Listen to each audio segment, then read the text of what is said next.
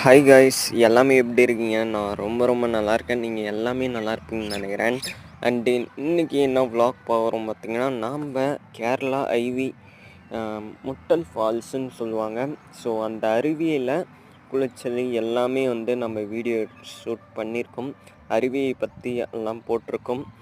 So அந்த video ஃபுல்லாக பாருங்கள். வீடியோ பார்த்துட்டு உங்களோட கமெண்ட்ஸை தெரியுங்க. Thank you all.